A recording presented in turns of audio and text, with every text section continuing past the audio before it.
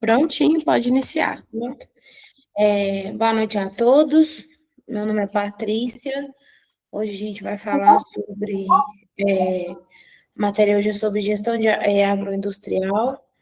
Vou dar uma introdução sobre a matéria para vocês e espero que todo mundo entenda e uma boa aula para todo mundo.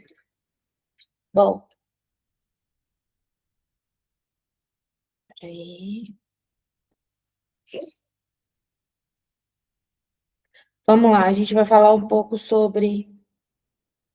Peraí que eu vou tentar diminuir aqui, para não me atrapalhar.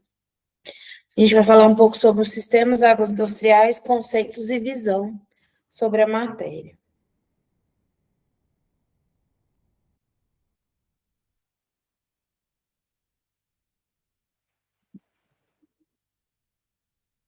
Peraí que tá travando.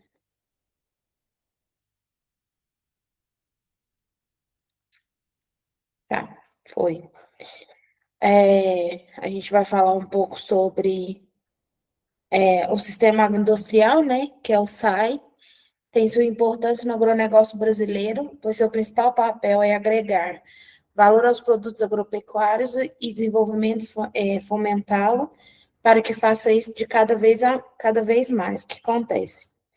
O sistema agroindustrial é pegar a matéria-prima, né, lá da fazenda, transformar ela num produto para se comercializar no final, né, para a gente comprar na prateleira do supermercado ou em qualquer outro ambiente que se for vendido.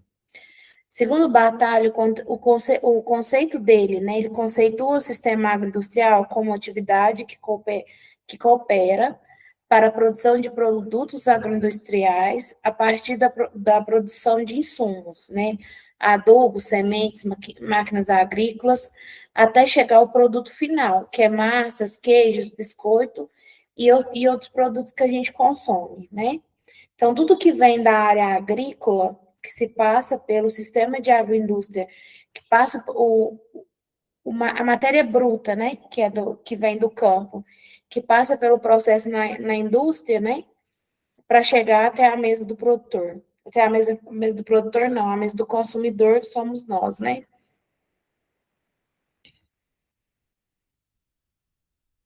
Vamos lá.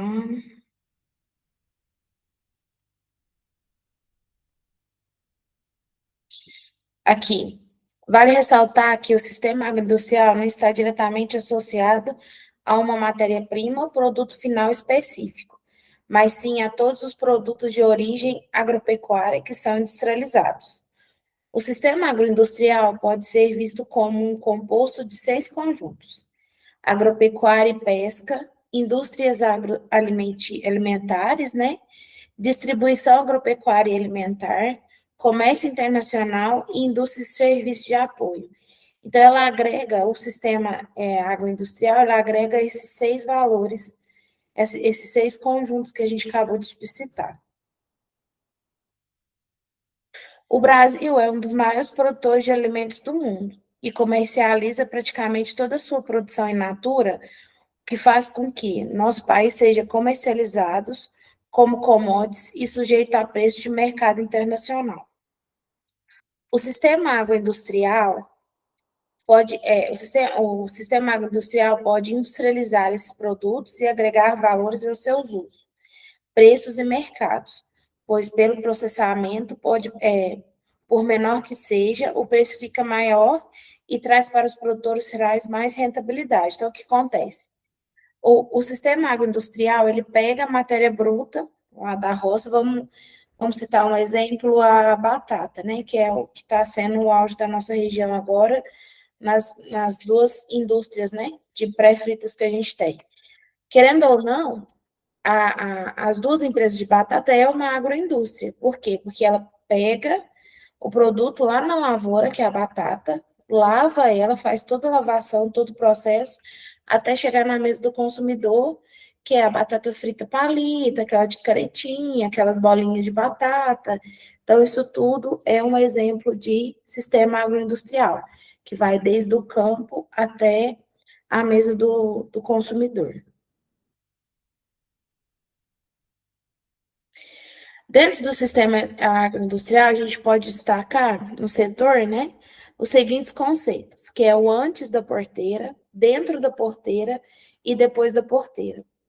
Esses três, eles caminham juntos, né? Então, assim, a gente vai ver ao decorrer agora exemplos de como que é esses três alinhamentos para o sistema até chegar na agroindústria. Se pensarmos somente na indústria de agroalimentos, né, na IAA, teremos sua ação específica no depois da porteira, né, que já é no antes, né, que não, a gente comprando produto dentro da porteira que é produzindo e o de fora. Então, a indústria alimentícia ela fica do lado de fora. Totalmente integrada com a produção agropecuária, desenvolvendo o processamento dos produtos agrícolas e pecuários em produtos finais para venda ao consumidor. Se pensarmos como o sistema agroindustrial, temos que entender que ele começa antes da porteira, envolvendo as indústrias de insumo para a agropecuária, envolvendo dentro da porteira com a produção agropecuária, que eu tinha falado, né? E se estendendo ao depois da porteira nas indústrias agroalimentícias. Nos processos de produção agropecuária, no armazenamento e distribuição de produtos acabados de origem agrícola e pecuária, passando pelos atacadistas, varejistas, até chegar à mão do consumidor final. Globalização da economia e o mercado internacional. Desde a década de 90, com o início da globalização, o agronegócio mundial teve que entender um novo realinhamento de poderes e de comercialização de produtos de origem agropecuária, em função da nova realidade que começou a desenhar um mundo sem fronteiras. No Brasil não foi diferente, pois nosso país estava passando por um momento de abertura de novas fronteiras agrícolas e a expansão da agricultura avançando sobre o Cerrado brasileiro, Mato Grosso do Sul, Mato Grosso e Goiás. Isso na década de 80, né? De 89, desculpa, na década de 90, onde que Minas já tinha, aí foi expandindo para o Mato Grosso, para Goiás, depois foi para o Paraná, e vai expandindo o Brasil inteiro. Eu falo que nós somos ricos, né? E não sabemos desfrutar dessa riqueza que a gente tem, porque o Brasil, ele é 100%, como se diz, tudo que planta aqui, a gente consegue colher, né? Tudo que se planta dá aqui no nosso Brasil, e infelizmente a gente não é tão valorizada, a gente não tem tanta riqueza, né? Porque a gente tem governantes e políticos que não olham muito para o nosso agronegócio. Então, acho que a gente tem que lutar para isso, porque o produtor, ele acaba que sofre com isso no final, porque o produtor, ele planta para ter uma boa safra e acaba que tem alguns prejuízos, e aí, no final das contas, a conta não fecha, né? Não bate. Avançando mais ainda para várias regiões do Nordeste brasileiro, o que caracterizou uma das maiores regiões produtoras de grãos do Brasil, que é Maranhão, Tocantins, Piauí e a Bahia, né? No processo de globalização, criou uma necessidade de mudança de mentalidade do produtor rural para uma visão mais ampla de negócio, que precisou passar por uma visão de lida da sua propriedade rural para a gestão de sua empresa rural.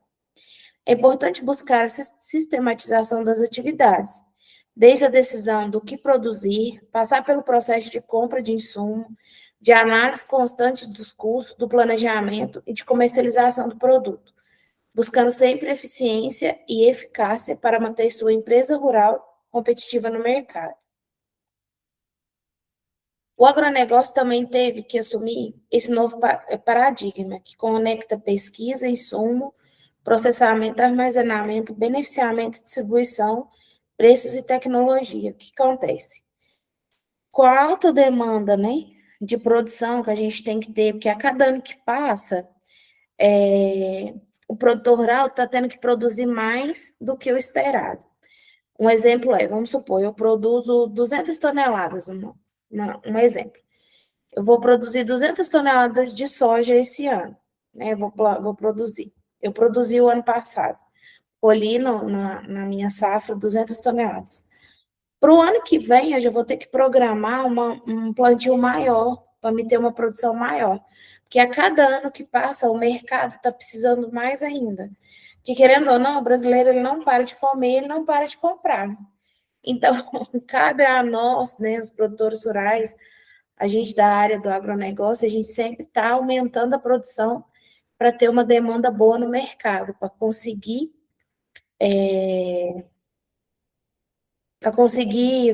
peraí, que faltou a palavra, depois eu falo.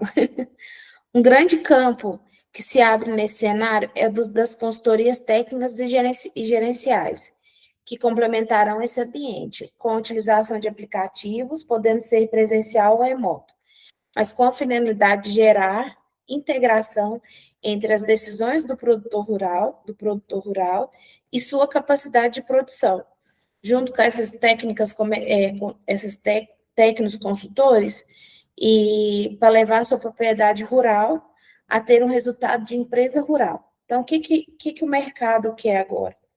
O mercado quer sair daquela coisa de pai, mãe, vó, vim de geração em geração, de uma propriedade para ser uma empresa rural, para que você tenha lucro, para que você tenha todo o ressalvo tecnológico dentro da propriedade. Nessa conjuntura, né, onde a tecnologia é o fator determinante de produtividade, e ditam as regras em razão da necessidade constante de menores custos de produção. Então, quer que fazer toda uma escala para ter uma produção menor, né? A gente tem um custo de produção menor. Vamos supor, uma saca de soja eu gasto R$ 30 para produzir. Será que não tem alguma tecnologia, alguma coisa, algum estudo que eu posso fazer antes para me gastar menos? Muitas formas do fazer de antigamente perdem o seu valor, principalmente pela não participação do Estado como grande agente fomentador de produção do meio de crédito e garantia de preços mínimos, né?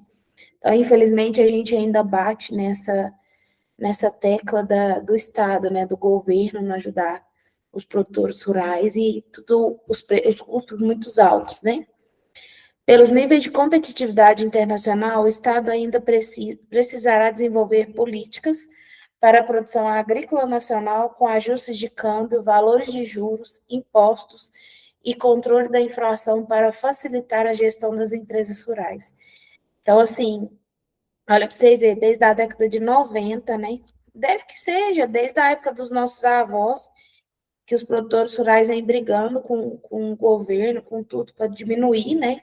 Os valores de juros, que são altíssimos quando você faz sim, empréstimos para a produção, quando você compra um maquinário, quando você faz compra de insumos, né? Que os impostos também são altíssimos em cima de produto de adubo, de fertilizante, de defensiva agrícola, tudo é muito alto, o custo é muito grande, né?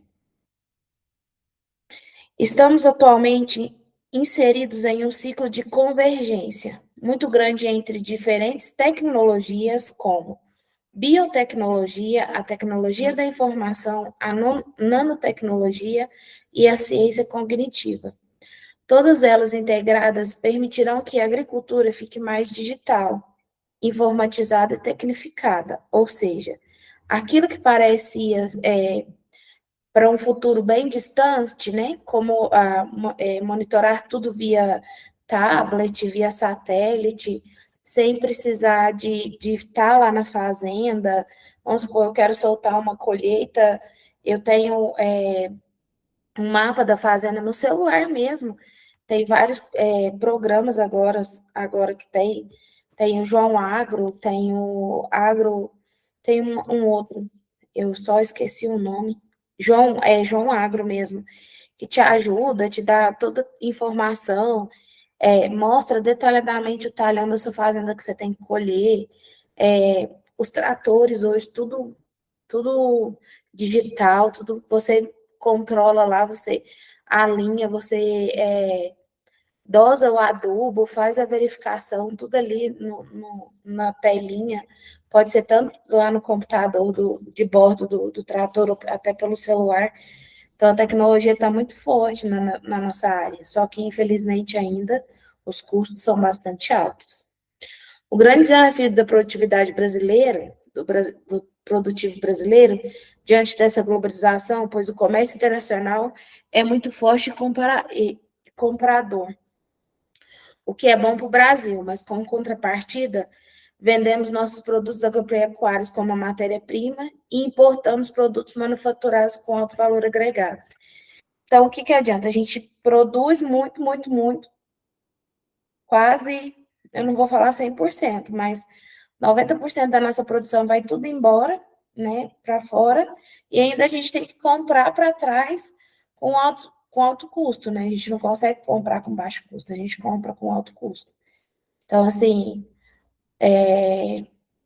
que venha governantes, né, que venha pessoas que olhem para o agronegócio. Eu sempre, desde quando eu formei, desde quando eu estou nessa área, eu sempre bato nessa tecla de querer que os produtores rurais tenham um pouco de paz, né, de lucro, né, no final da sua produção, porque não é fácil, não. E o Brasil, infelizmente, só comentando a nível de curiosidade, o Brasil é um dos países que mais tem produtores rurais que suicidam por causa de não ter o dinheiro no final para pagar suas contas, né? Suas contas de final de safra, que a conta não fecha, a conta não bate, né? A gente pode ver muito bem lá, Paraná, Rio Grande do Sul, aquelas cidades lá, o índice lá é altíssimo.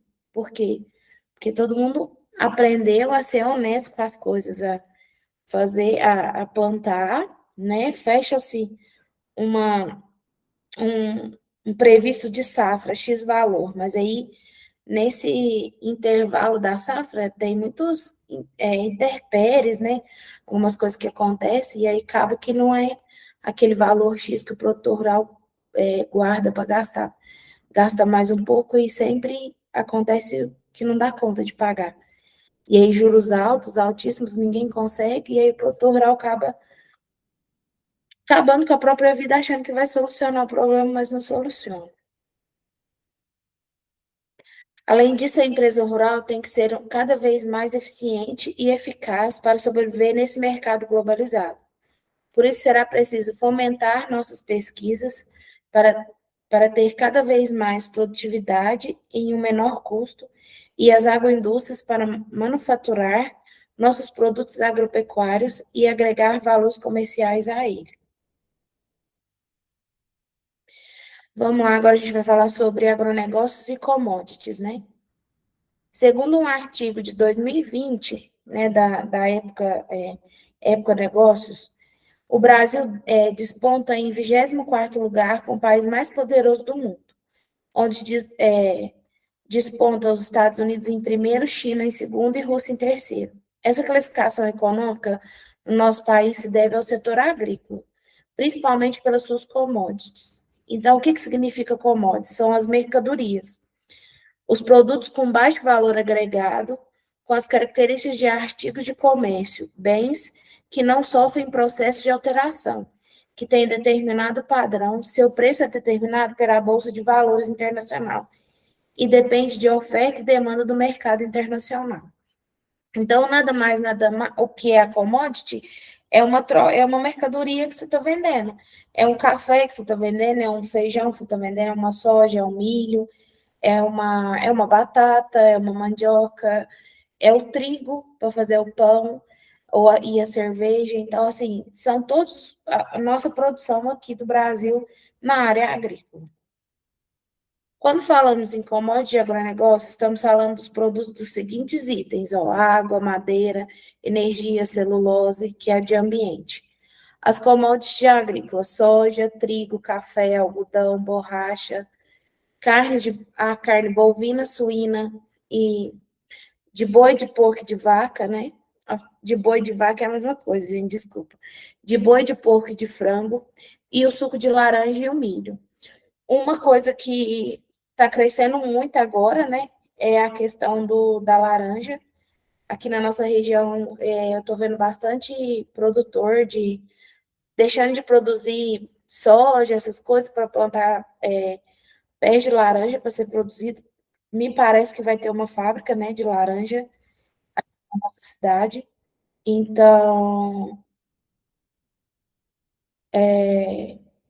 eu consigo não. Diz que vai ter uma empresa de laranja aqui, então vários produtores rurais já estão plantando as laranjas, né, para se abastecer essa empresa que está vindo aqui para Araxá.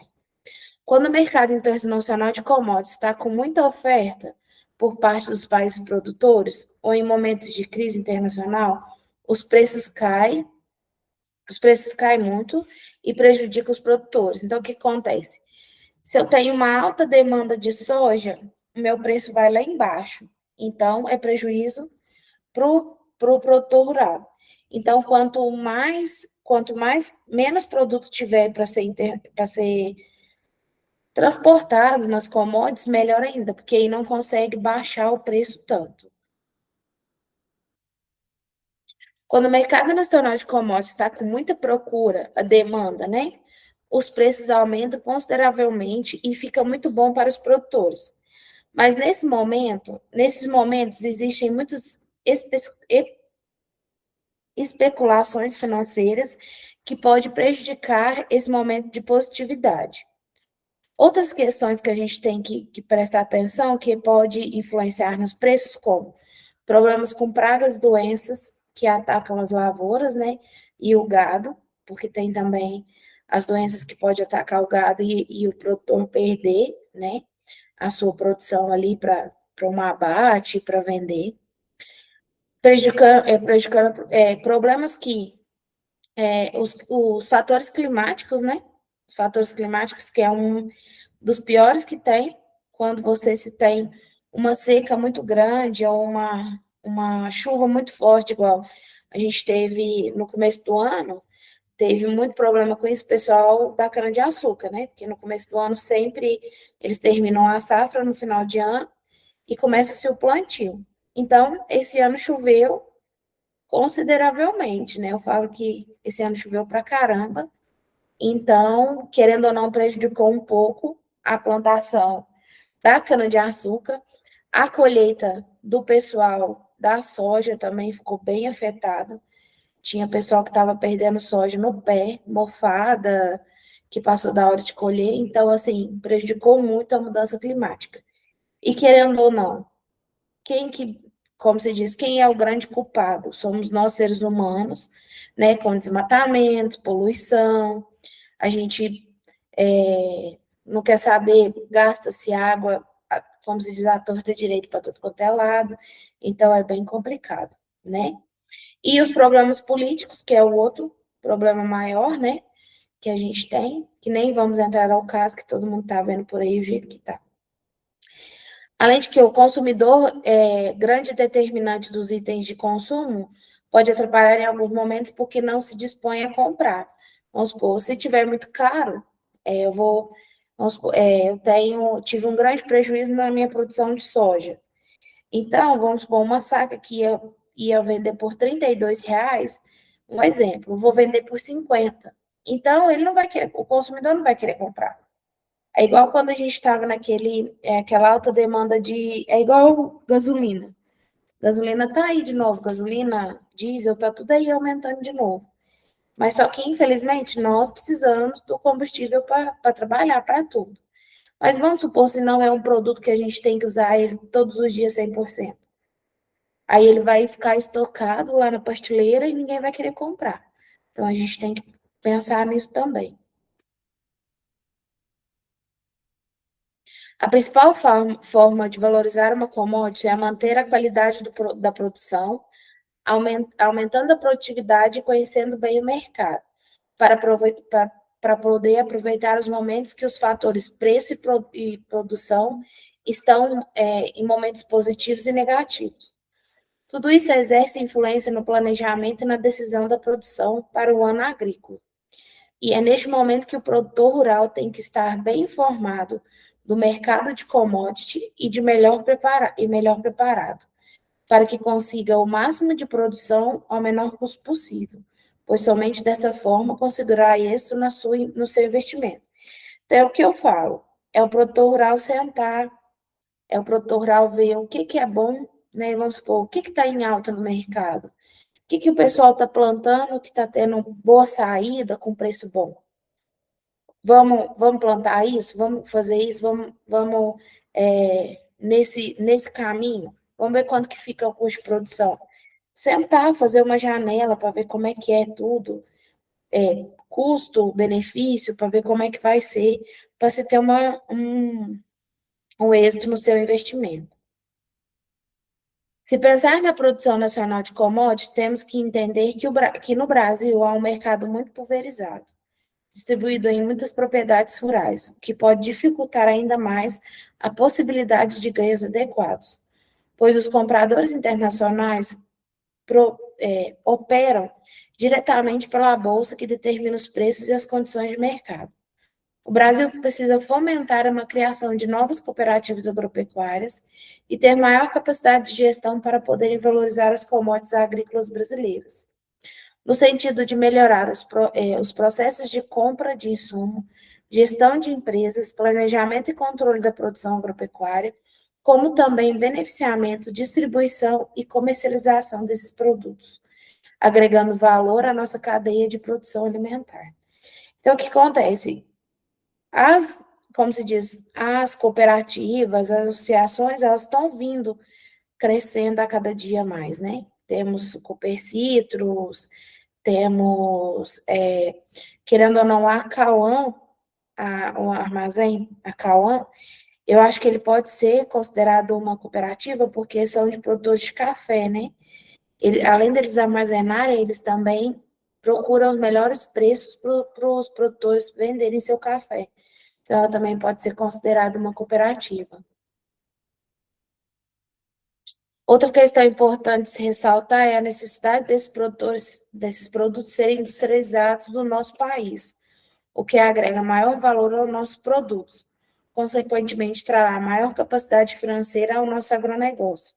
Sejam como é importante a integração de uma empresa rural e o sistema agroindustrial.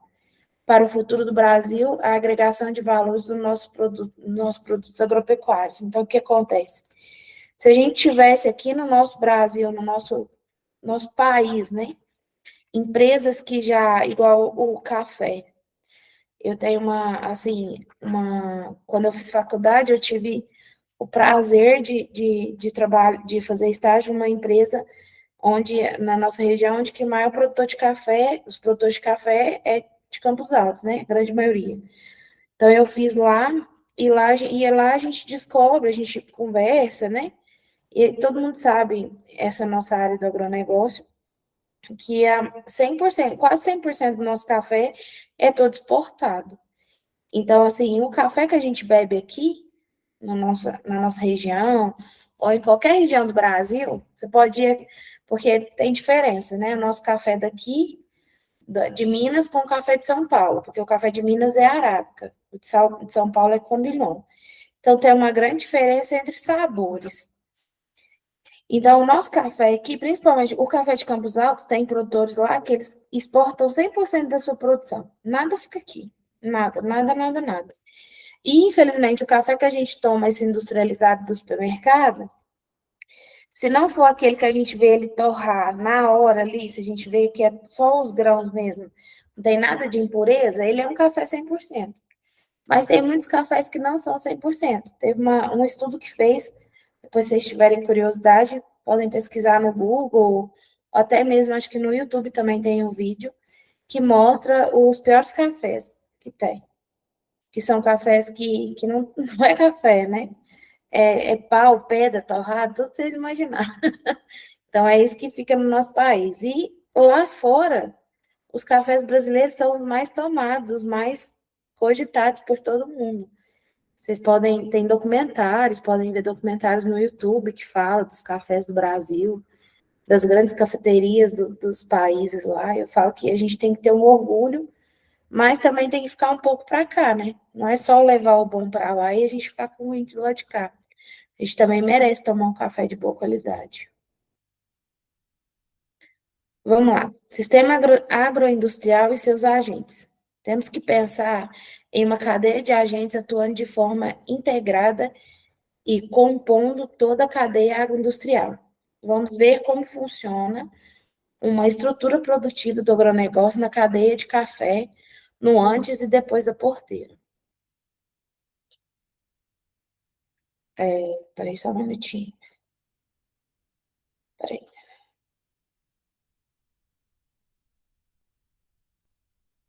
certo. Achei que estava errado aqui, desculpa aí, tá, gente? Então vamos lá, ó. A gente acabando de falar de café e vamos citar um exemplo do antes da porteira, dentro e depois da porteira, numa cadeia de produção de café. Se identificar como sendo aquelas empresas de produtos ou prestadores de serviço que são os fornecedores da propriedade rural, e se caracteriza por atuar em cada um da sua forma. Então vamos lá, no antes da porteira, o que que a gente tem? As multinacionais, que são indústrias renovadas a níveis mundial que fornecem todos os insumos para a agropecuária, como sementes defensivos, remédios veterinários e fertilizantes, né? A gente tem que pôr também a parte de pecuária, né? Agropecuária sendo lavoura e gado, né? A gente junta as duas coisas. Indústria de máquinas agrícolas, que são indústrias multinacionais e nacionais que atuam nesse setor e fornecem todos os maquinários necessários para o desenvolvimento da cultura agrícola, né? Desde tratores, arados, plantadeiras, pulverizadores, colheitadeiras e aviões agrícolas. Os aviões agrícolas, eles são mais usados nas culturas de anuais, né? As anuais que são mais usadas, pulverizado os aviões agrícolas. Nas perenes, que é café, laranja, abacate, esses eu ainda não vi se eles usam aviões agrícolas. E agora também, né, com a grande tecnologia de drones, eles também estão usando os drones para pulverização aérea. Estão deixando assim, os aviões até que não. Ah, menti. Desculpa, na cana-de-açúcar, que é perene, eles usam também avião agrícola. Agora, nessas outras café, abacate, essas outras culturas perenes, eu não sei se usa avião agrícola. Eu vou procurar saber, depois na próxima aula eu falo com vocês. As empresas, né, de prestação de serviço são aquelas que não atendem com produtos específicos, mas com produtos anexados de serviço, como os softwares, né, com assistência técnica, as consultorias, empresa que desenvolve os plantios, as terceirizadas que plantam, que colhem, né, por serem terceirizadas, entram com o maquinário, com a pessoa, com o serviço, você não precisa preocupar com nada. Você contrata essa empresa de prestação de serviço, ela vai fazer tudo para você e te entregar seu produto final ali colhido, né? Seja o café, que é o que nós estamos dando como exemplo, seja a soja, seja o milho, seja o que for, já te entrega tudo pronto. Infelizmente ou felizmente, uma das áreas que demanda maior pessoa, né, para se colher, que são as culturas perenes, né? O café, se você não quer danificar a sua lavoura, o café tem a sua colheitadeira de café, que colhe o café, né? E tem outro que suga do solo quando cai também. Mas, assim, a maioria, não sei hoje se é 100%, mas tem muita gente que ainda tem a mão de obra, né, braçal, que é o mais indicado, porque não se estraga muito. Já se estraga muito. Ah, teve uma pessoa que comentou aqui, só que não deu para me ler o comentário dela inteiro, que já viu de drone de avião no café. Eu ainda não tinha visto, não.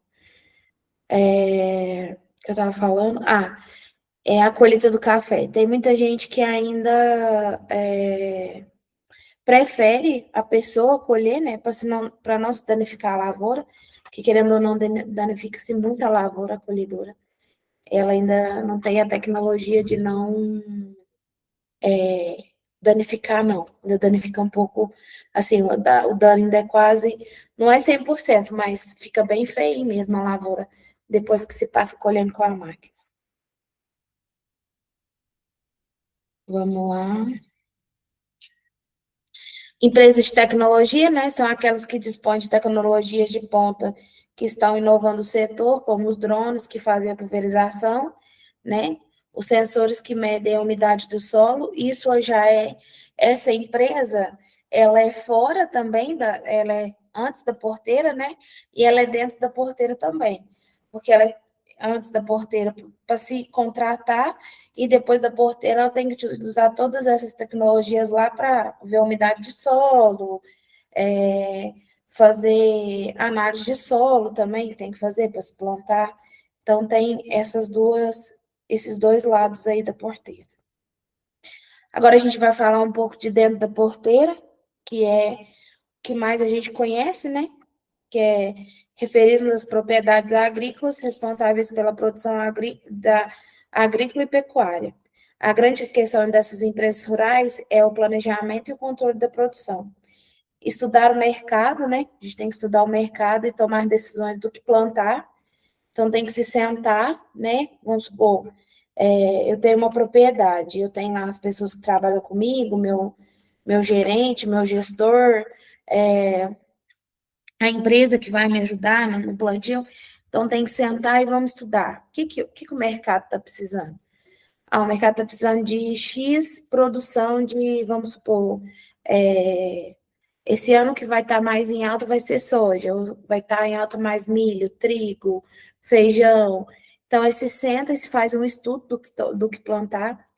Aí depois se realiza as compras de insumo, maquinário, serviço e tecnologia. O maquinário, o serviço e a tecnologia é mais você arrendar, né? Porque se você não é um produtor grande que tenha, né, uma um vasto dinheiro para se ter tudo já, a maioria agora aluga, arrenda, já contrata uma empresa para fazer isso tudo e já vem pronto, te deixa tudo, entrega tudo prontinho. Implantar a infraestrutura necessária, como escritórios, garagens, depósitos, né, para guardar tudo. É o preparo de solo. Eu tenho que ver onde que eu vou plantar, qual que vai ser minha área, qual vai ser o tamanho da minha área a ser plantada, né? Então, vamos lá. Eu tenho que arar, eu tenho que gradear, eu tenho que escarificar, eu tenho que adubar, eu tenho que corrigir meu solo, tenho que fazer uma análise para saber quais são os macros e micronutrientes que tem ali dentro daquela glébula ali que eu vou plantar, o que eu preciso de corrigir, que adubo que eu preciso de usar, que calcário que eu vou jogar para me corrigir esse solo, para me plantar, né? A variedade de semente que eu vou comprar para se plantar. Vamos fazer teste de semente, vamos fazer teste de variedade para ver o ano que vem qual que a gente vai plantar que vai produzir mais. Então, tem todo isso um estudo por trás.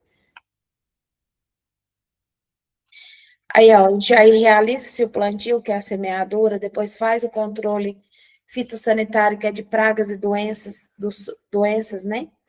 Decidir o momento a realizar a colheita da produção, quando que eu vou realizar essa colheita, qual que vai ser a minha janela, o que que eu vou plantar de safrinha. Então, tudo ser organizado dentro da porteira.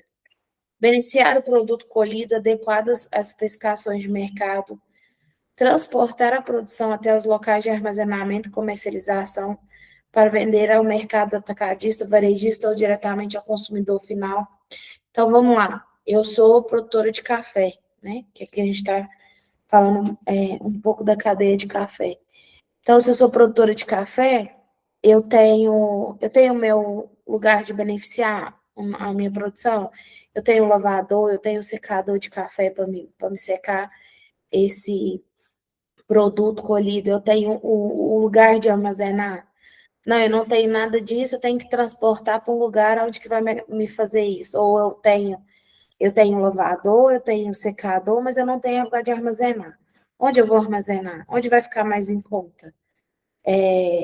Eu tenho um destino para a minha produção final? Eu já tenho uma pessoa para quem que eu vou vender, para quem que eu não vou vender? Agora vamos lá, a gente vai falar, a gente falou tudo, né, do dentro da porteira. que é da nossa produção, ó, diretamente ao consumidor final, né?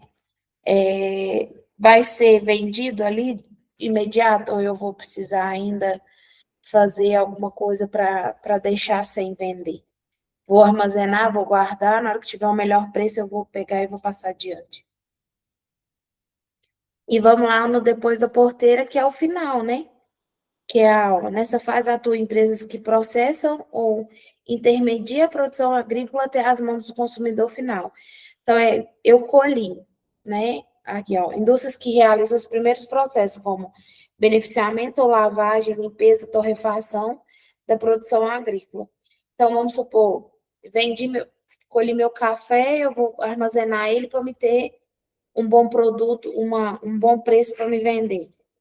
Ou igual, tem muita gente igual as cooperativas servem para juntar, né, uma grande escala de produção para se comercializar num preço mais em conta, vamos supor.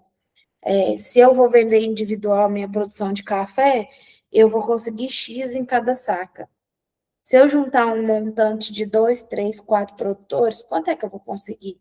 Posso conseguir um valor a mais. Então, assim, a gente tem que sempre pensar que não no individual, a gente tem que sempre pensar no coletivo. Então, por isso que existem as grandes cooperativas, né? Cooperativas, associações que juntam todos os produtores rurais que produz determinado X produção, né? E ele pega e X produto e ele pega e junta uma grande maioria para se vender. Indústrias que realizam os processamentos de transformação, criando um produto final, alimentos processados, embalados como novas características, igual café em cápsula. Quem que é que tem uma empresa que faz café em cápsula, que compra a grande maioria para fazer? Os chips agora, que está em alta, chips de vários tipos de legumes, de frutas, está em alta também na grande produção aí no nosso mercado. E os alimentos processados, né? Que esse daí nunca vai sair do mercado, ele sempre vai ter. Empresas comerciais e bolsas de mercado que comercializam a produção agrícola, né? Que é os mercados, os tardes, os atacadistas, os varejistas, CEASAS, CEAGESP. Então, tudo isso, essa empresa que vai comercializar todo o meu produto, né? Aí os importadores, que são empresas que comercializam os produtos agrícolas brasileiros para outros países, igual o café, que a maioria é comercializado para fora do Brasil. Feiras e outros comércios diretos que comercializam os produtos agrícolas diretamente para os consumidores. Então, vamos lá, supermercado, essas feiras que tem, feira de bairro, né? Que se vende hortifruti, né? Que vende a hortifruti, mas agora não vende nem só, não é só hortifruti que vende, é tudo, né? Até industrializado eles estão vendendo, é doce, é tudo. Vende até o leite, a carne do frango, né? Vende frango, ovo, até carne de porco também, manteiga, então vai se diversificando bastante nas feiras. Vamos lá, agora a gente vai falar um pouco sobre a cadeia de produção da agroindústria. Segundo o Lírio, né, ele fala que a cadeia de produção são um conjunto de atividades econômicas que se articulam progressivamente desde o início da elaboração de um produto. Isso inclui desde as matérias-primas, insumos básicos, máquinas e equipamentos, componentes, produtos intermediários até o produto acabado. A distribuição, a comercialização e a colocação do produto final junto ao consumidor. Consiste no elo de uma corrente. A cadeia produtiva é composta por elos da seguinte maneira: produtores, distribuidores e prestador de serviço, varejista e nós, os consumidores finais. Um exemplo a ser citado, depois eu quero que vocês olhem, eu acho que vocês devem ter a apostila disponibilizada, né? Se vocês não tiverem também a Lívia me fala se vocês não tiverem a apostila, eu vou tentar tirar um print dessa parte e na próxima aula eu anexo aqui na apresentação e já disponibilizo para vocês. Na página 15 da apostila tem um desenho explicando sobre a produção de carne, né? A produção de carne no Brasil. E aí eu queria muito ter conseguido tirar aquele desenho para colocar aqui, porque é uma explicação bem simples do que é como que é que se faz o exemplo da nossa produção aqui. Então, aqui, ó, eu coloquei que lá tem dois exemplos diferentes. É a carne que engorda e vai 100% ser vendida para tudo. Tudo, tudo, tudo. Comércio, açougue, tudo quanto é lugar. Alimentos industrializados, que é aquelas carnes a vácuo. Então, ela tem dois tipos, como se diz, tem dois tipos de mercado.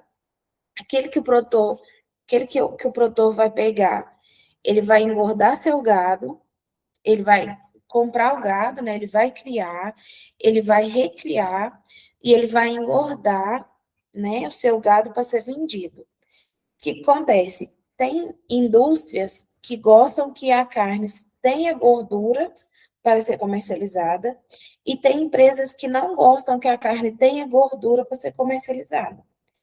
Então, assim, eu particularmente não gosto de gordura na carne.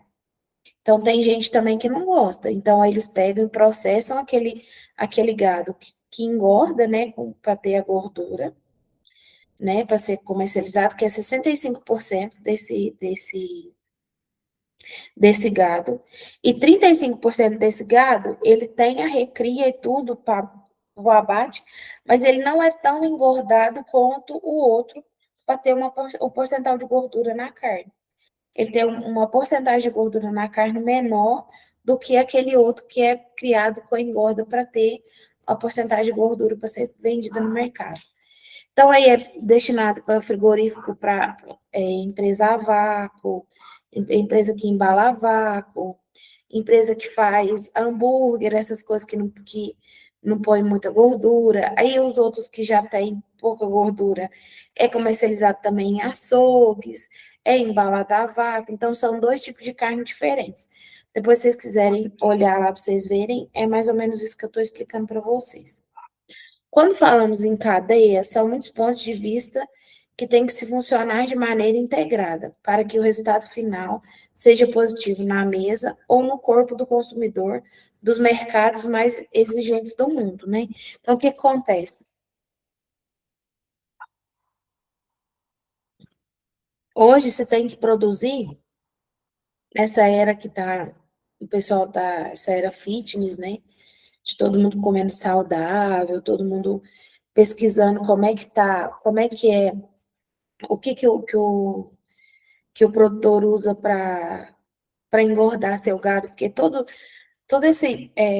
essa produção, tanto de bovino, suíno e frango, esses três ele tem que ter no seu rótulo, na sua pesquisa, na hora que você pesquisar, vamos supor, eu tenho uma granja de frangos para engordar para consumo.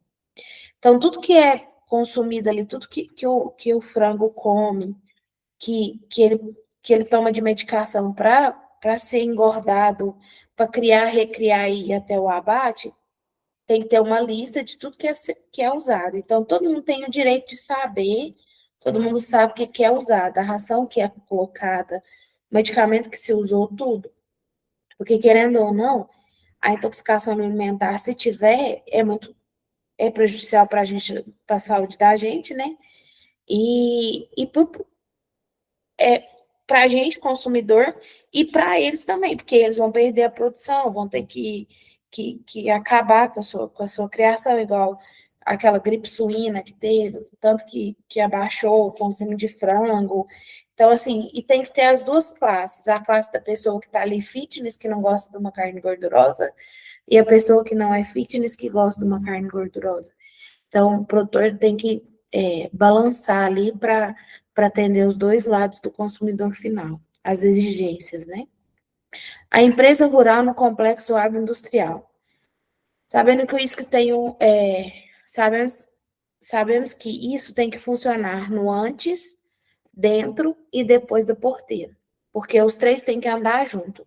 Os três sistemas têm que andar junto. Eu tenho que ter um antes, uma preparação bem planejada antes de produção. Dentro da minha propriedade, eu tenho que ter pessoas e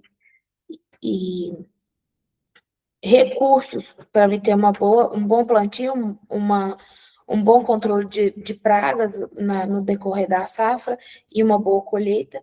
E o depois da porteira, disponibilizar para a agroindústria um produto de qualidade para ser processado para a venda do consumidor.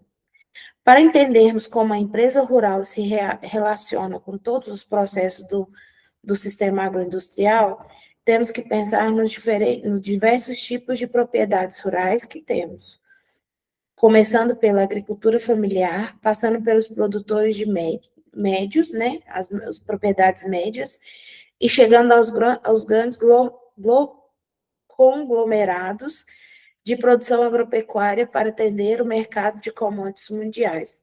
Esse aqui é os grandes produtores rurais, né? Então, vamos lá, agora a gente vai falar um pouco sobre os pequenos e médios agricultores e a agricultura familiar.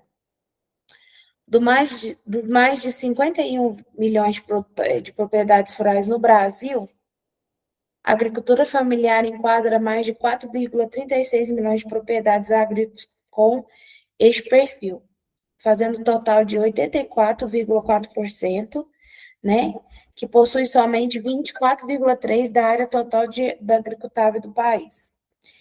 Destes 80,25 milhões de hectares, temos 31,6 de pastagem, 22,5 de matas, florestas ou sistemas agroflorestais e 17,7 de lavoura. Mas eu acho que esses 17,7 de lavoura deve ter dado uma aumentada, né? Pela grande demanda do Brasil, então esse valor aqui deve ter dado uma aumentada. A importância que a agricultura familiar tem na economia do nosso país, centrando toda a produção dos tradicionais que estão na mesa do brasileiro no seu dia a dia, como mandioca, leite, trigo, café, feijão, milho e arroz, além de verduras, frutas e legumes.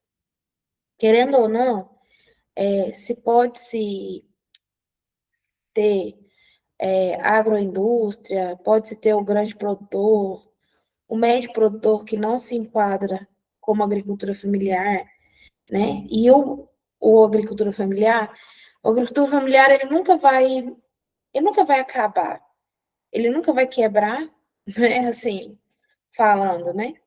Porque sempre tem um mercado para ele. É um mercado um mercadinho de bairro que compra, é as feiras que tem, as feiras livres que tem para se vender esse produto. Então, a agricultura familiar, ela sempre vai ter o mercado dela. Ele plantando, colhendo com qualidade, ele sempre vai vender tudo que ele planta. É um ovo ali, que ele cria uma galinha e vende um ovo. É o frango mesmo que ele mata e vende na feira. É as frutas, as verduras, os legumes, né? É, é uma mandioca que planta, é um leite que tira da vaca. O trigo, pode ser, o trigo também, o trigo não tem como. Mas é um cafezinho, vamos supor, é um produtor de agricultura familiar que tem uns pezinhos de café ali, que colhe 2, 3 saquinhos de café, e ali mesmo ele torra, ele beneficia ele seca ali e vende o café. Então, assim, o milho, que várias pessoas vendem, faz pamonha, faz mingau, faz um monte de coisa e vende para todo mundo. Então, assim, o agricultor familiar, ele sempre vai ter mercado para sua produção. E ainda fala que detém ainda muita produção de proteína no Brasil, produzindo carne de origem bovina, 30%, suína, 59%, as aves, 50%, além do leite e seus subprodutos, né, que é manteiga, nata, coalhada. Então, o agricultor familiar, ele consegue criar um porquinho ali para matar e vender, um franguinho, o gado, o boi também, mas como se diz, o bovino, né, mas é mais complicado, mas também consegue. Aqui, ó, em 2026, a agricultura familiar gerou um faturamento anual em torno de 55,2 bilhões de reais e colocou o Brasil em 8º lugar entre os 10 maiores produtores agrícolas do mundo. Então, está só crescendo, só crescendo. É um produtor que mexia com uma hortinha de verdura, no, como se diz, no quintal de casa, e hoje ele já comprou uma pequena propriedade e já está mexendo ali, então vai crescendo. A agricultura familiar, ela nunca vai perder o seu lugar no mercado e nem na mesa do brasileiro. Ainda mais em pequenas e até nas grandes cidades também, mas nas pequenas cidades a gente vê mais. Nas grandes cidades a gente não vê tanto igual na. Ai, foi mais, gostei aqui. Nas grandes cidades. Vamos lá. Qual a relação da agricultura familiar e a agroindústria? Apesar da produção automatizada em pequenas propriedades, espalhada por todo o país, ela tem um volume de produção que atende desde pequenas agroindústrias locais, como também por ações de atacadistas cerealistas, que compram seus pequenos lotes de produção e os acumulam, formando grandes volumes, atendendo às grandes agroindústrias. Então, o que acontece? É aí que gera a associação de agricultura familiar, né? É, é uma que pode ter, vamos supor, vou fazer uma associação com 10 produtores, né? Nesses 10 produtores, o que cada um planta?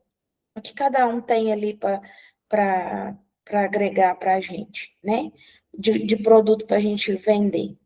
Outro ponto a ser observado é a sua participação em cooperativas agropecuárias, que eu acabei de falar, pois dessa forma também pode entregar a sua produção e muitas das cooperativas são agroindústrias.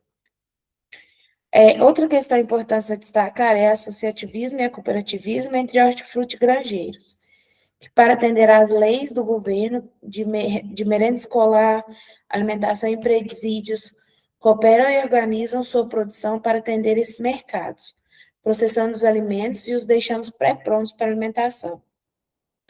Exemplo disso são as verduras lavadas, cortadas e embaladas, os ovos colocados em formas especiais para venda, as frutas lavadas e polidas.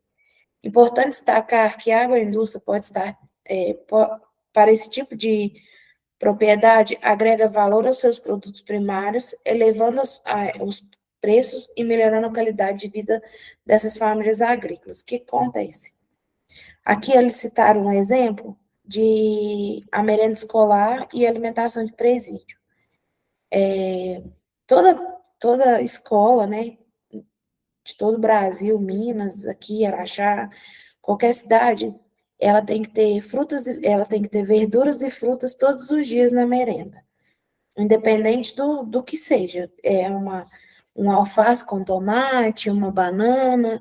Então, assim, e querendo ou não, quem abastece isso são os pequenos produtores, são os produtores de agricultura familiar.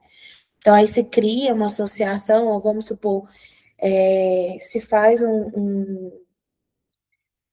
como é que fala, gente? Me sumiu uma palavra aqui.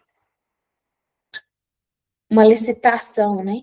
Para ver qual, vamos supor, eu tenho uma propriedade e eu tenho alface, tomate, beterraba, cenoura, eu tenho, vamos supor, qual que é a outra que pode ser colocada. Esses, né? Mandioca também.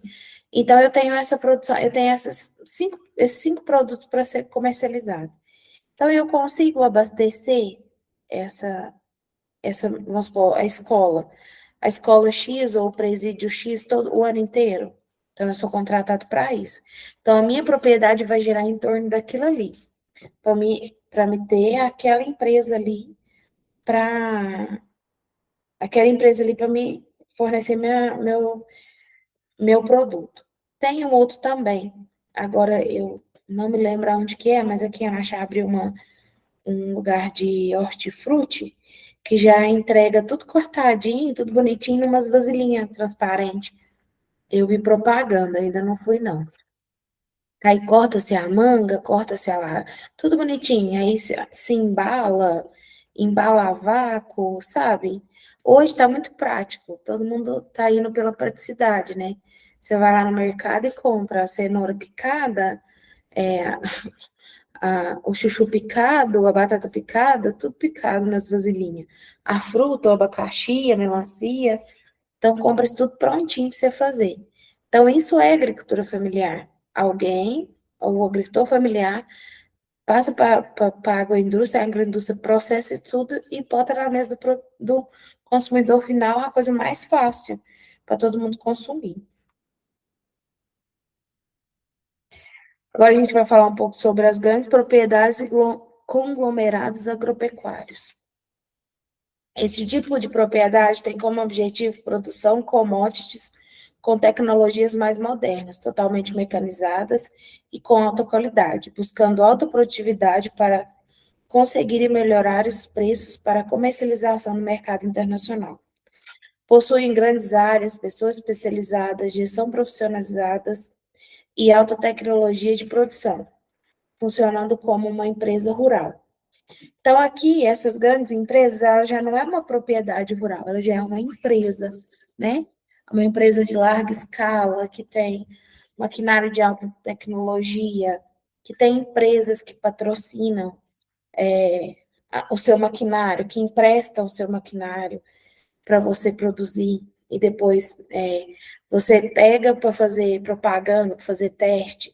Então, essas são as grandes empresas, assim, que são produtoras de gado, produtoras de grãos também, que fazem isso. A grande questão que enfrentam são os movimentos do mercado mundial de commodities, que oscilam de acordo com a produção dos países produtores, né? Seus estoques, ofertas e demandas de grandes compradores internacionais. Dessa forma, sujeito aos preços praticados na bolsa de mercado, na Bolsa de Mercadorias, né? Temos como principal a Bolsa de Mercadorias de Chicago. Então, o que acontece? Por ser uma produção em alta escala, né?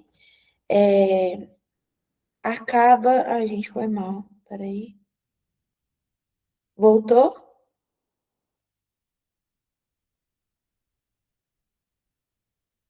Alguém pode me falar se voltou?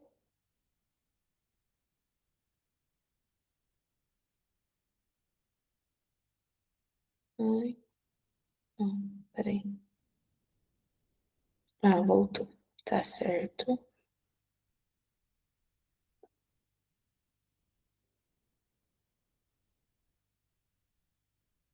Certo. A participação dessas grandes propriedades são exportação e atendimento das grandes agroindústrias do Brasil, que têm grandes volumes de produção e mercados específicos para comercialização. É o exemplo daqui, é as empresas de batata, né, aqui da nossa região. A Bem Brasil é uma empresa ela é uma empresa é uma grande propriedade rural, né? Porque, querendo ou não, ela se tem que ter uma grande produção, né, de matéria-prima para ir para essa agroindústria, para ela ser processada para chegar para todo mundo. Então, ela pode ser considerada aqui uma propriedade de grande porte, né? Ou uma propriedade não, uma agroindústria de grande porte que necessita de uma propriedade de grande porte para abastecer ela. É isso que eu queria ter falado. Não trabalham com mercados locais ou regionais, nem com varejistas. Às vezes se sujeitam aos grandes atacadistas para comprarem melhores relações de produção e custo, para melhorar a rentabilidade, pois entregam aos atacadistas, tem menor. Peraí, que tem alguém que falou uma coisa aqui, deixa eu só ver o que é. Aqui na região tem também. Ai, eu peguei só o finalzinho aqui da. Tem a. Acho que é Terra Viva, que o Antônio falou aqui, né? Tem também a Terra Viva, ela é uma grande propriedade rural que se abastece uma grande agroindústria, né? Que é a batata também, que eu acho que a batata, se eu não me engano, não sei agora, há uns anos atrás, a batata da Terra Viva também era para Elma Chips, se eu não me engano. Não sei se ela ainda tá. Mas na época, quando eu fiz faculdade, tinha um rapaz que estava com a gente, ele era consultor da Elma Chips aqui na nossa região, da Pepsídio, né? E aí a batata da Terra Viva era pra lá, não sei agora pra onde que é. Vamos lá, onde eu tava. Aqui, para melhorar a rentabilidade, pois entrega aos atacadistas tem menores despesas de beneficiamento e de transporte, equacionando muitas vezes aquele custo que precisam ser mantidos mais baixos. Então, assim, eles têm uma alta produção, uma produção muito alta, e acaba que eles ganham em alguma coisa, né? Eles ganham no beneficiamento, eles ganham no transporte, para diminuir um pouco o custo das despesas dele final de produção.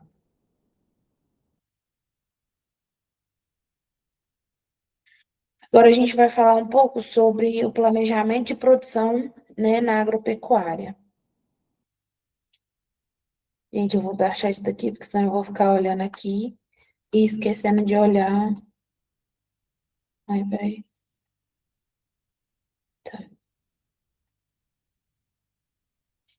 Planejamento da produção agropecuária é o começo da gestão da propriedade rural, que na verdade deveria atuar como uma empresa rural e deve ser orientada ao mercado no movimento OITIM, ou seja, estude-se o mercado e adapta-se a empresa rural para atendê-la. Deixa eu só ver uma coisa aqui. Ah, tá aqui. Aqui. A gente vai ver aqui agora. Eu estava pensando que não tinha salvo esse slide que eu queria apresentar para vocês. A gente vai ver aqui agora qual que é a diferença entre propriedade rural, né, e empresa rural.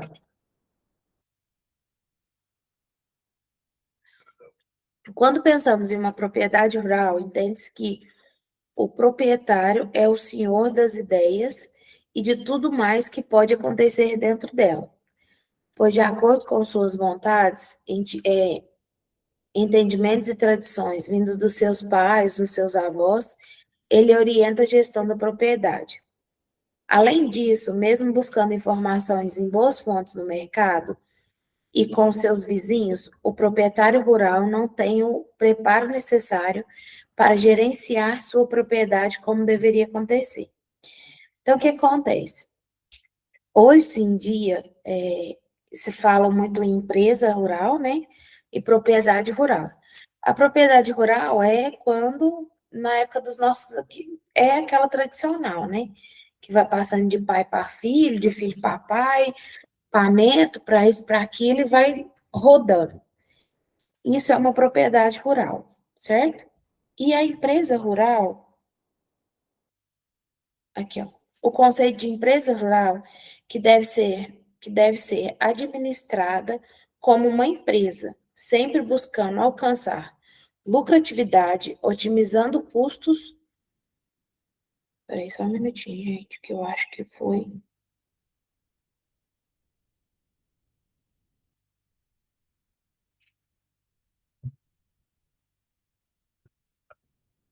Tá certo. Ó, o conceito de empresa rural que deve ser administrada como uma empresa, sempre buscando alcançar lucratividade, otimizando custos o tempo todo e se especializando no gerenciamento.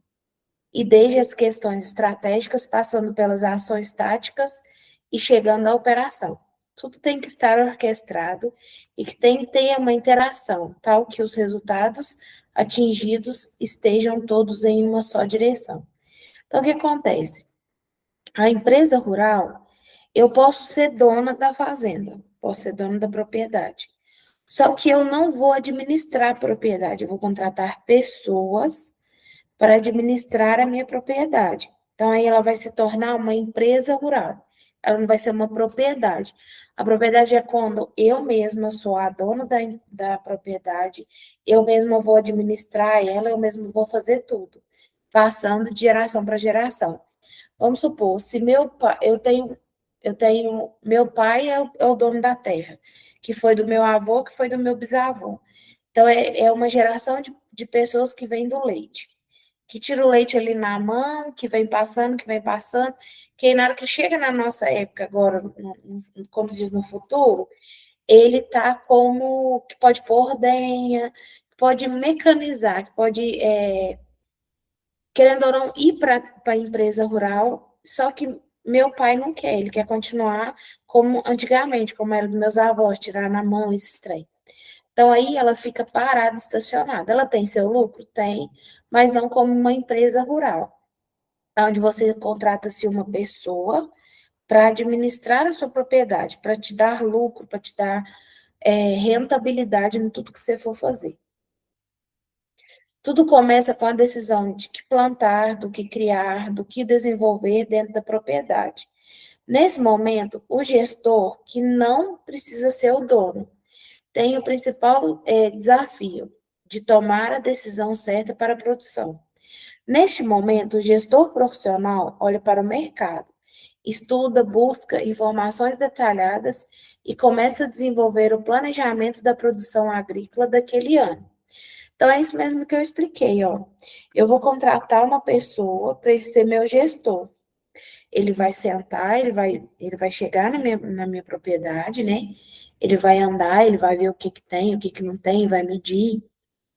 Ele vai fazer um planejamento e em cima desse planejamento ele vai sentar e ele vai me falar, ó, aqui a gente pode plantar isso, isso e isso, o valor é esse e esse, você vai gastar isso e isso, temos que contratar pessoas, contratar maquinários e tudo.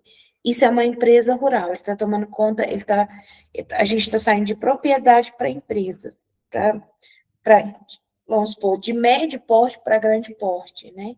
De média produção para grande produção. Então, isso que é uma empresa rural. Ó, o diagnóstico para entender o andamento da propriedade rural, né? Quais são as forças e fraquezas da empresa rural? Qual é o seu mercado e quem são os seus concorrentes?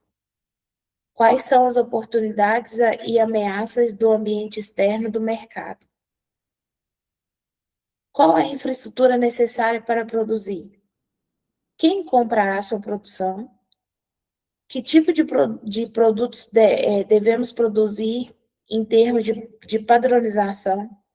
Qual é a qualidade mínima para conseguir os melhores preços de mercado? Isso vamos dar um nome de gerente, né? O gerente da propriedade, sentando com o dono da propriedade para mostrar para ele o que vai ser.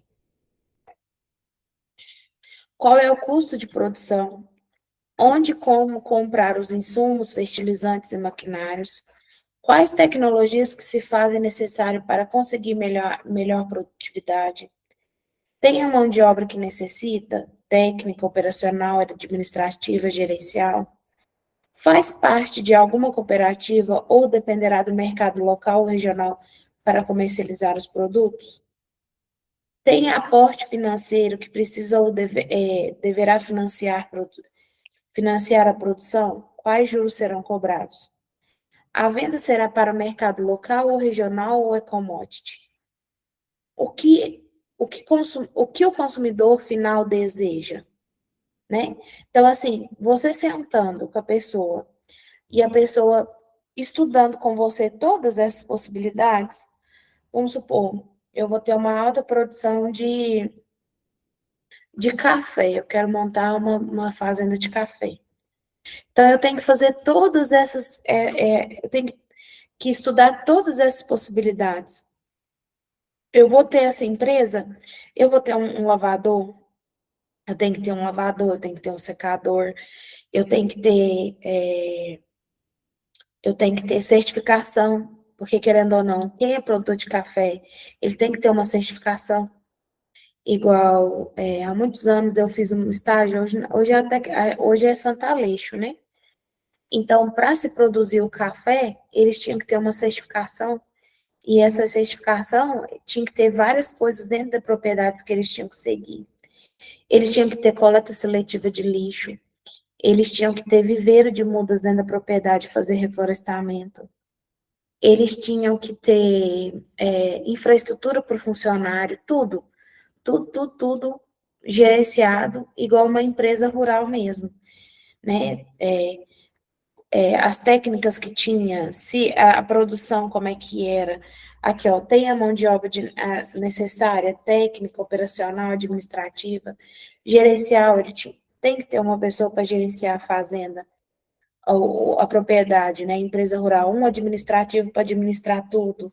Quem entra, quem sai, o dinheiro que vai, o dinheiro que vem, o que comprar, quanto que vai custar no meu produto final, quanto que vai custar essa produção e quanto que eu vou ter de lucro no final, né? Se a conta vai fechar, se eu vou conseguir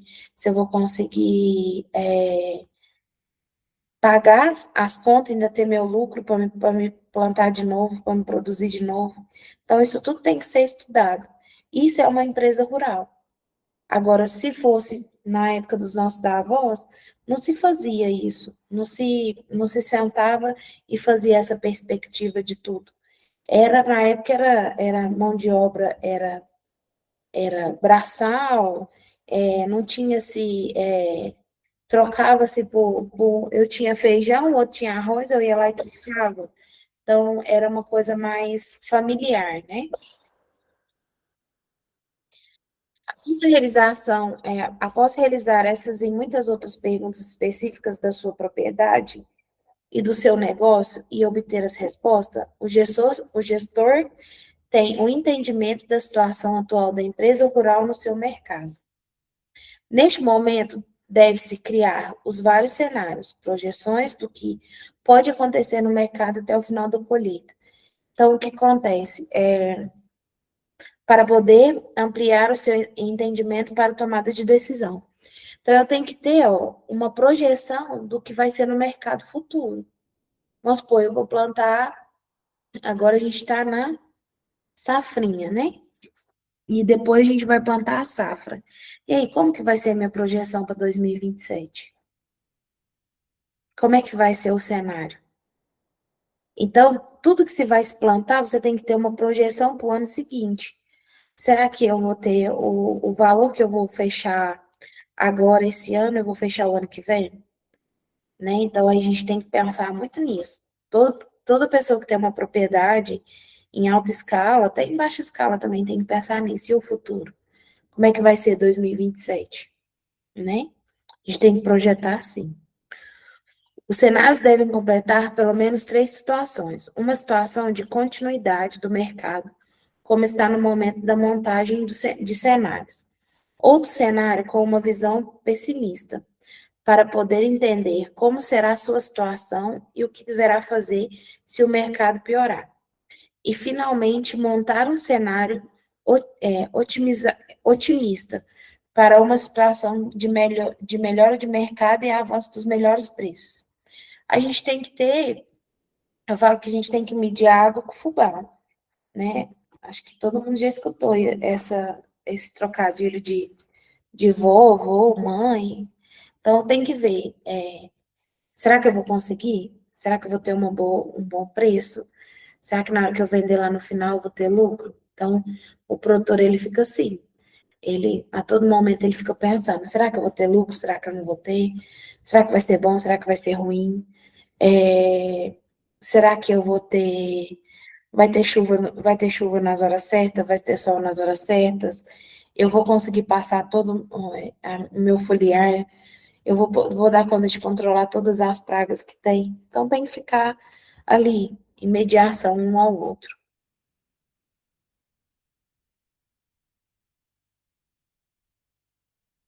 Depois dessas etapas, é o momento de tomar as decisões a respeito do que produzir no ano agrícola e determinar seus objetivos para cada cenário, continuidade, pessimismo e otimismo, que poderá enfrentar, pois assim poderá antever se já está preparado para possíveis variações de decisões durante o período da produção.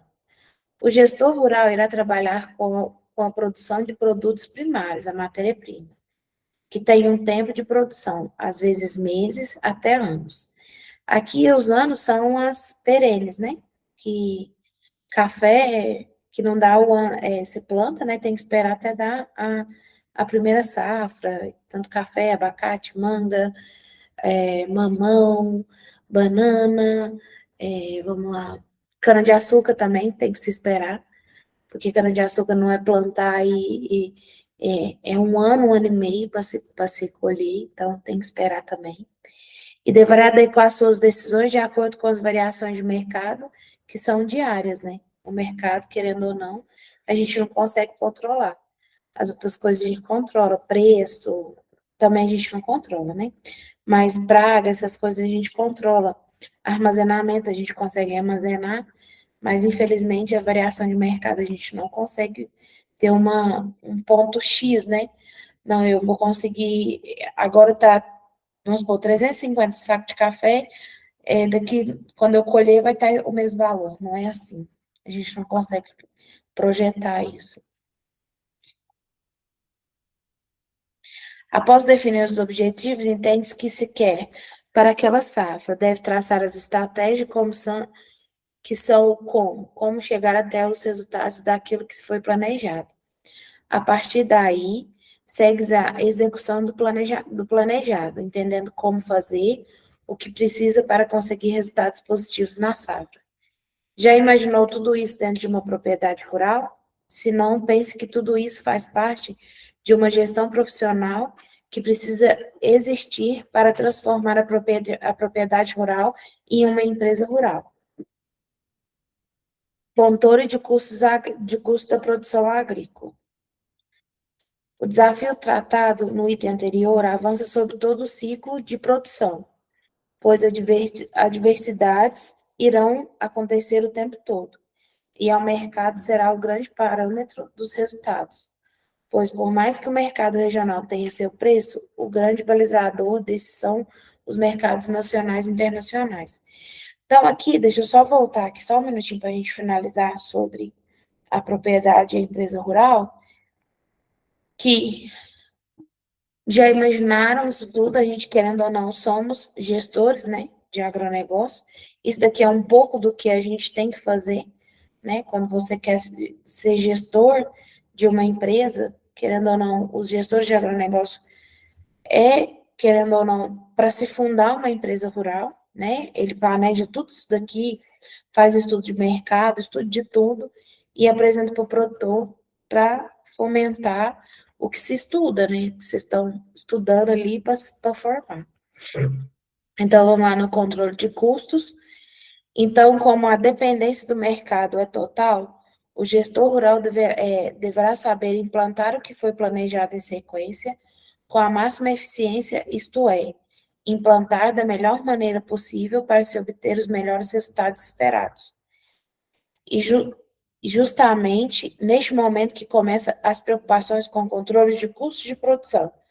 Então, vamos lá. Um gestor rural.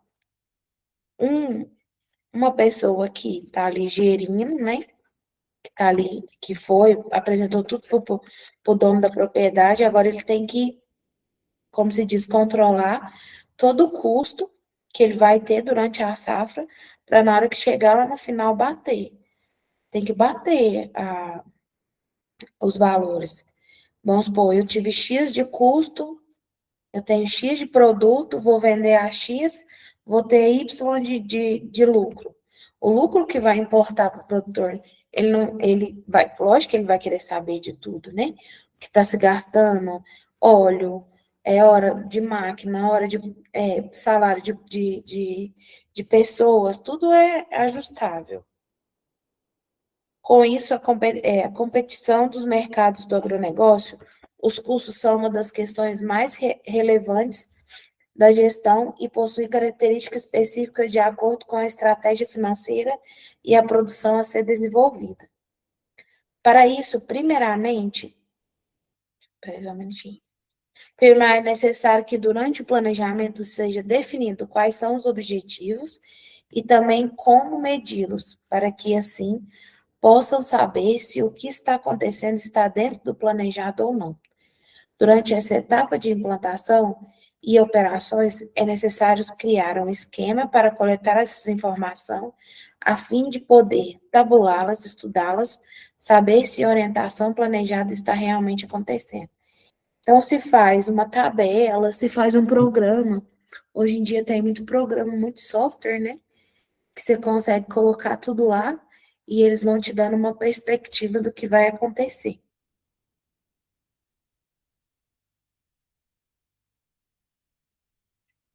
Percebe-se que a contabilidade e a gestão de custos não são devidamente aplicadas e operacionalizadas pelos produtores rurais, pois são técnicas complexas que exigem profissionais qualificados para sua aplicação e execução.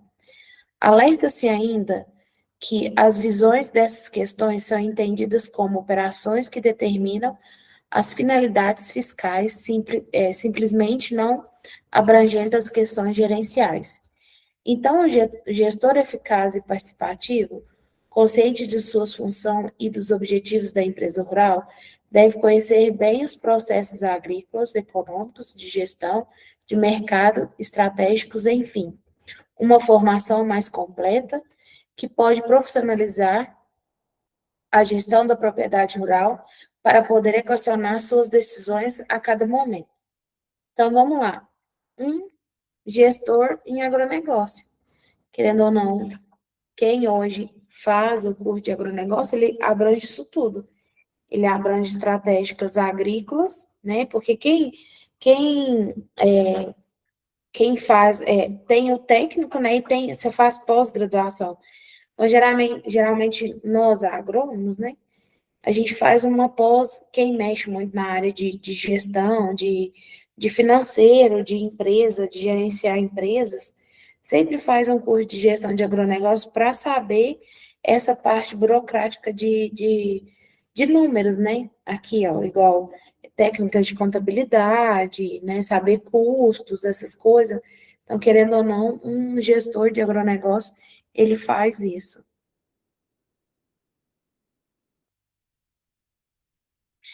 Então, é isso daí, pessoal. Espero que não seja, não foi muito maçante, querendo ou não, falar sobre agroindústria. É uma coisa bem maçante, né? Tentar explicar para vocês tudo que envolve uma agroindústria, porque ela tem que vir lá da propriedade, ela tem que vir primeiramente de um estudo, né? Do que se plantar, depois vem numa propriedade, aí vem o antes, dentro e depois da porteira. Então, assim, espero que não tenha sido muito maçante o nosso primeiro encontro desse material. Eu tentei resumir ao máximo tudo que estava lá. Se a gente fosse falar mais um pouco, a gente ia ficar aqui até umas 9, 10 horas para entender. Teve algumas ilustrações da apostila, eu não coloquei, mas eu expliquei aqui, né? Mas, se possível, quem tiver interesse, vai lá na parte que eu coloquei, da página 15, fazendo favor, dê uma olhada lá, só para vocês entenderem mais ou menos o que eu quis explicar. E espero que foi uma boa aula, que todo mundo tenha gostado. E até a próxima, né? Para a gente dar continuidade. Ainda tem muita coisa para ser se falado em gestão agroindustrial. E aí, até a próxima. Boa noite para quem está aí. E bom final de semana para todos.